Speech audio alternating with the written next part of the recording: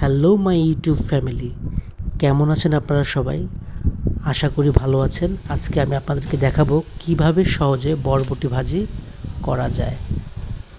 প্রথমে আমি একটি কড়াইতে তেল গরম করে নিয়েছি, তার মধ্যে দিয়ে দিচ্ছি আগে থেকে কেটে রাখা পেঁয়াজের কুচি,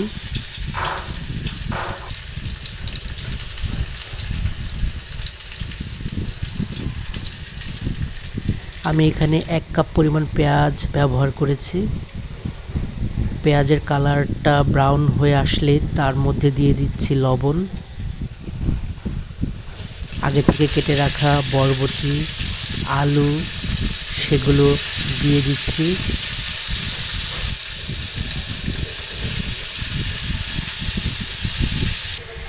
পেঁয়াজ ভাজা হয়ে গেলে তার সাথে এই সবজিগুলো সুন্দরভাবে মিশিয়ে নিব।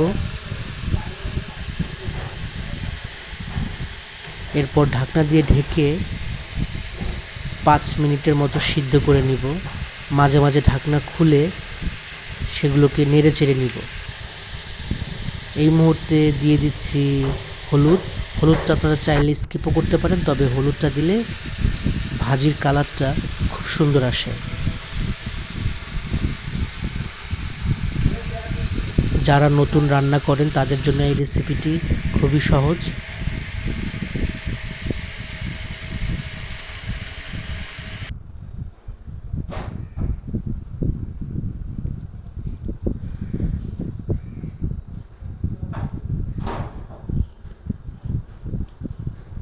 Thank you for watching my video.